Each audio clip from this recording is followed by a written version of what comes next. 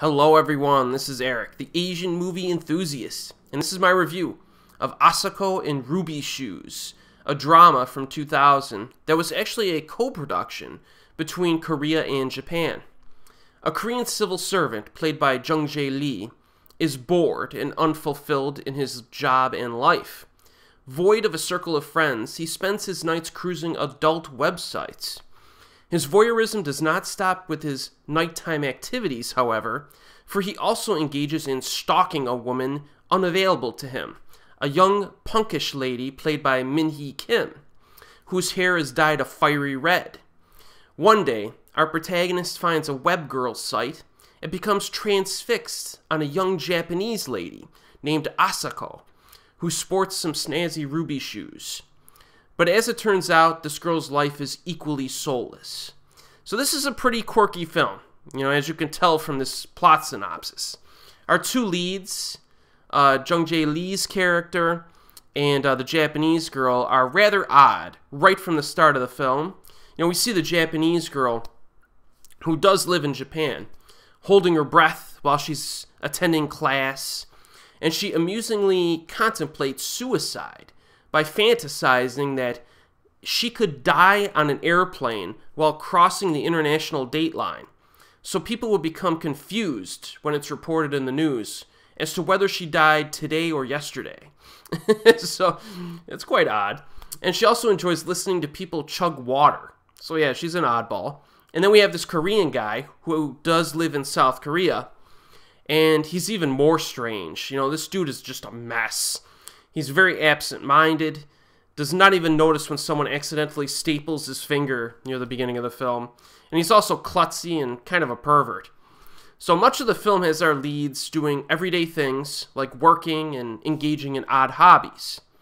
This is one of those films that meanders a bit, so it could get on the nerves of people who prefer like mainstream cinema over art house cinema. Also, it's very difficult to kind of connect with the male lead in particular, since he's so lethargic and downright lazy in almost everything that he does. At the same time, however, he is kind of normal in a sense that he's like not special at all, so at least most of us can relate to him in that way. The female lead, though, the Japanese girl, I think is more relatable because she has a little bit more energy and vibrancy in her actions. But the film focuses heavily on the habitual livelihoods of these characters. And I think it is successful at keeping things interesting, with some subtle humor especially. I think the comedy in this film is a big positive because it adds certain charm and entertainment value to it. There's even some black humor that references suicide that's infused. And after watching Asako In Ruby Shoes again just the other day, first time in I think like 13 years or something ridiculous since I've seen this movie the first time. I think it holds up. It's deceptively fun to watch, especially if you have a preference for eccentric humor. It's also good in terms of traditional filmmaking qualities, actually, like nicely shot, acted, and directed. And the story does flow naturally, but it also kind of surprises you in low-key ways. Fairly difficult to tell where the movie is going and how these characters are going to interact, if at all. Like, is this Korean guy ever going to actually meet this Japanese girl that he's seeing on his webcam? You know what I mean? You have no idea if that's going to happen in the movie. And we do get to spend a lot of time with both leads in their respective countries. There are also some visual subtleties that you could miss if you're not paying attention. Now, Jung-jae is a popular actor nowadays especially. You may have seen him in stuff like Assassination, The Thieves, and New World.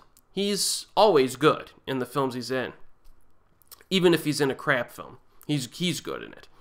Min-hee is also well known nowadays with her collaborations with director Sang-soo Hong, and you may have seen her in The Handmaiden, as well as No Tears for the Dead.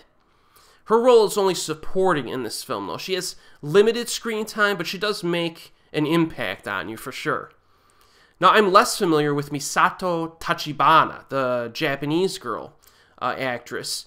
She has a pretty small filmography, which is kind of unfortunate because she definitely has some talent that she shows off in Asako In Ruby Shoes. When I see her, I get a little bit of an A. Sheena vibe from her. She just has that vibe about her, so I liked her in this as well.